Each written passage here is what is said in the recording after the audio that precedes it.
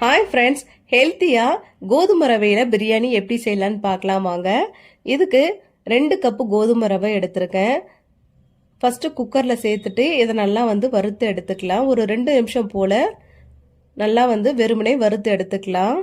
இது வறுத்ததுக்கு அப்புறமா இதை ஒரு பிளேட்டில் மாற்றிட்டு அதே குக்கர்லேயே எண்ணெய் சேர்த்துக்கிறேன்.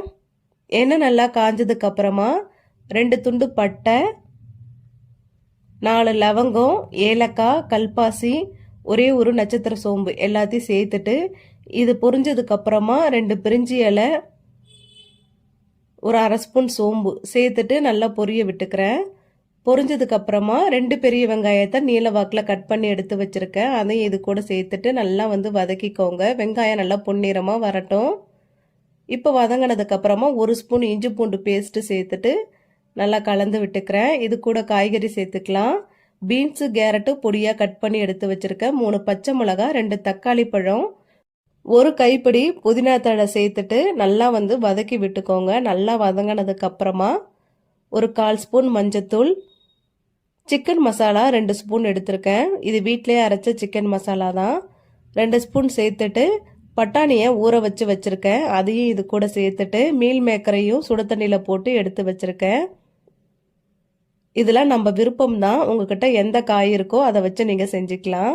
நல்லா கலந்து விட்டுட்டு 1 கப்பு கோதுமை ரவைக்கு 3 கப்பு தண்ணி சேர்க்கணும். நான் இன்னைக்கு 2 கப்பு கோதுமை ரவை எடுத்துருக்கிறதுனால 6 கப்பு தண்ணி சேர்த்துட்டு உப்பு சேர்த்துக்கலாம்.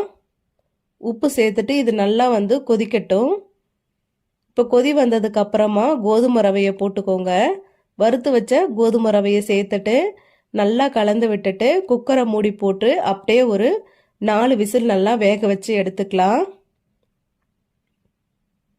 அடுப்பு மீடியம் ஹீட்டில் வச்சு வேக வச்சு எடுத்துக்கோங்க. இப்போ ஸ்டீம்லாம் போனதுக்கப்புறம் ஓப்பன் பண்ணி பார்க்குறேன். ரொம்ப சூப்பராக இருக்குது பிரியாணி. இதுக்கு மேலே கொஞ்சமாக ஒரு 1/2 ஸ்பூன் நெய், அதுக்கப்புறம் கொத்தமல்லி தழை தூவிட்டு நல்லா மிக்ஸ் பண்ணிவிட்டு சாப்பிட்டோன்னா சூப்பராக இருக்கும். நீங்கள் இது பிரேக்ஃபாஸ்ட்டுக்கு சாப்பிட்லாம், இல்லை பசங்களுக்கு லஞ்ச் பாக்ஸில் கொடுக்கலாம், நைட்டு டின்னருக்கு கூட சாப்பிட்லாம். கண்டிப்பாக ட்ரை பண்ணி பாருங்கள். ரொம்பவே ஹெல்த்தியாக சூப்பராக இருக்கும்.